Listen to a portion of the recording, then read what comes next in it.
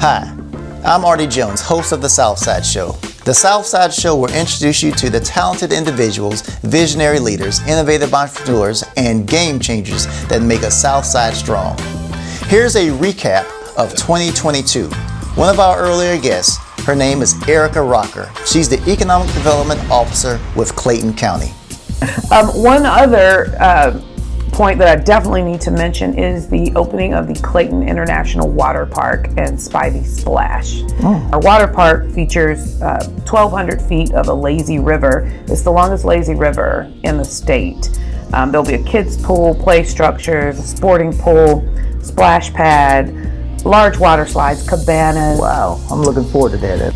And we also had the opportunity to speak to Mayor Alan Hallman, mayor of the great city of Hapeville.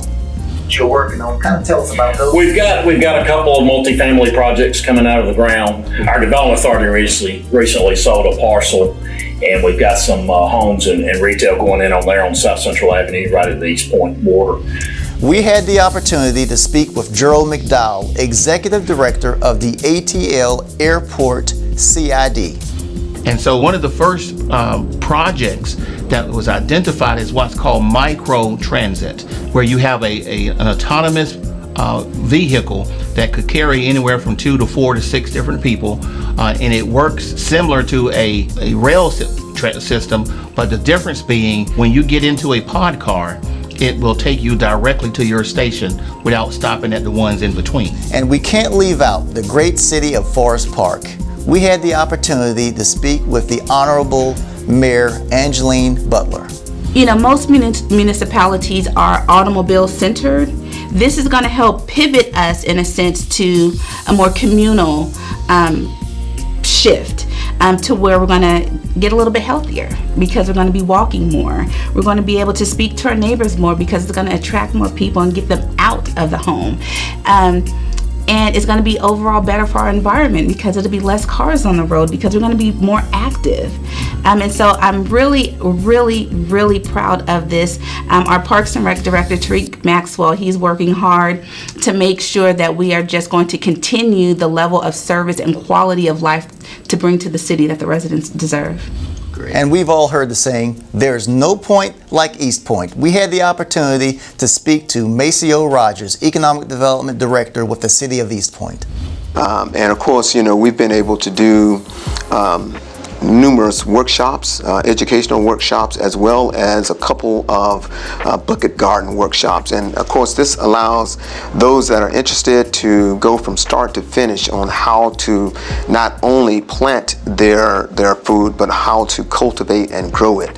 And so those are some exciting initiatives. We spoke to the Honorable Dina Holiday Ingram from the City of East Point. When I say that there's no point like East Point, I say that for 2 reasons. One, because I believe that we are a model city and we will continue to be a model city for all things just, fair, equitable, inclusive, and a place where you can really feel like you are a part of what is happening and a part of our growth, and where we are absolutely committed to leaving no East Pointer behind. But I also say it because I want people to say, why did she say that? And I'm like, check us out. Come check us out and see. And we can't leave out the great city of College Park. We had the opportunity to speak with Mercedes Miller, Executive Director of the Georgia International Convention Center and the Gateway Arena.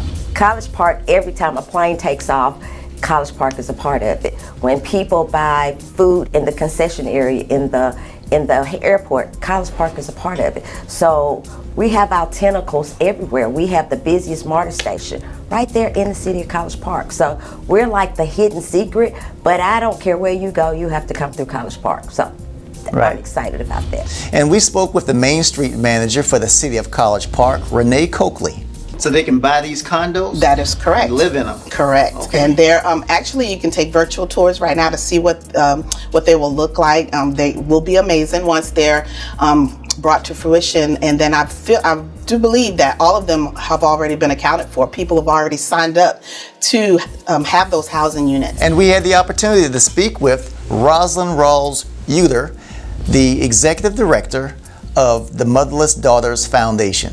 So what we pride ourselves on is not so much, I know a lot of people say the quantity is big and it's wow, we did something this big day, But when you're doing something on a yearly basis and you want to touch these individuals and be a mentor to them consistently, I understand that that takes a lot of dedication and time. Definitely. So we gear it where we do not go maximum of 20 participants when we bring in at a time for each chapter. And that's in our Fulton and Clayton chapter. And we were delighted to hear about the real estate opportunities on the South Side from Nicole Menzies and Phyllis Mentor of KW Atlanta Classic. And we have a lot of things going on in the community. We have a lot of communities that are growing. Beautiful homes, custom homes, resale homes. So, you know, people, they tend to think, well, I want to go north, but the South Side is where it's really happening at. And the growth and the economic development is phenomenal. And we had the opportunity to speak to the city manager of Jonesboro, Mr. Ricky Clark Jr. But to our chagrin, a lot of the plan work that it went into, our comprehensive planning, our economic development plan, it all came about during the pandemic. Our building permits were up 486% during the pandemic. The first restaurant in Jonesboro, in downtown Jonesboro, based upon this new master plan, opened. The first ever subdivision within the city limits of Jonesboro, comprising 49 homes, opened during the pandemic and was sold out in 3 months. And we learned of a great mixed-use development in downtown College Park. We had the opportunity to speak to Reverend Jeanette Dickens and Cherry Young of Project Iron. What would you say was the estimated value of this project if you had to lump everything together that you guys are involved with right now at build out? 30 million. Thinking about 30 that's significant. million. We spoke to Erica Rocker, Economic Development Officer with Clayton County. You meet with them and ask, is there anything the county can do for you? And they will tell you, yes, we need another MARTA stop, or we need a stop closer to our front door, or we need a bus shelter because our 6 p.m. shift, you know, we're a supply chain and logistics hub largely. So, and let's not leave out Breakfast Boys. We had the opportunity to speak to the owner of Breakfast Boys, Mr. Lorenzo White. Yeah, I started out in the restaurant business many moons ago, coming out of high school into college, going to school for hospitality in New York City. Worked with big brands like Walt Disney World in Orlando, and came here, worked in Buckhead with Buckhead Life, and opened up Justin's with Puff Daddy Combs. And then after cutting my teeth with the corporate restaurants, I started my own restaurant group called Lorenzo White Restaurants from 2005 to 2014 in Atlanta, opening up the Harlem Bar, Rare, and the Social House, which is probably one of the first brunch restaurants back in 2009. And we had the opportunity to speak to Mr. Creed Pennell and Mr. Bernie Chin of the Georgia Minority Business Awards, GMBA. The GMBA was created basically because there was a need for the community to understand that we were going in another direction.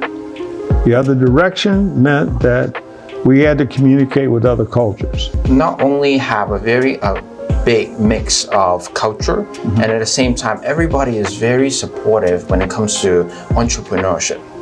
And that's especially what we believe GMBA stands for. And it's a wrap, folks. My time is up.